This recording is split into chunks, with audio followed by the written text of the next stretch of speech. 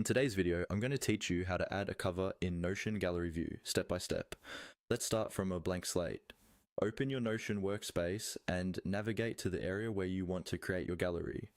This might be an existing page like a dashboard or a project space, or you can work inside your main workspace. The important thing is that you're in the place where you want your new gallery to live. Now, create a new page. Look for the option that says New Page.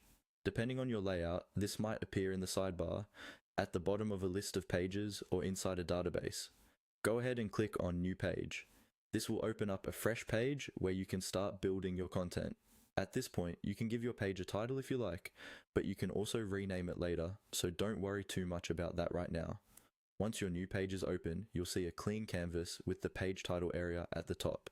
Just above or around that title section, Notion gives you a few quick actions such as adding an icon or a cover. What we want to focus on here is the cover image that will appear across the top of the page and later on in Gallery View. Find the option that says Add Cover and click on it. As soon as you do this, Notion will automatically place a default cover image at the top of your page. This is usually a random image from Notion's built-in library. If you're just testing things out, you can leave it as is, but typically you'll want to customize it so that your gallery items are easy to recognize at a glance.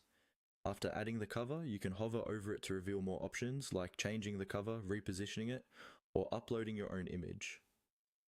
Choosing a relevant image here is especially helpful for Gallery View because that cover becomes the visual card that represents the page inside a gallery database.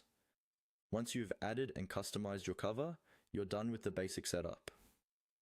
When this page is used or viewed in a gallery layout, that cover image will show up as the main visual element, making your gallery more organized, engaging, and easier to scan.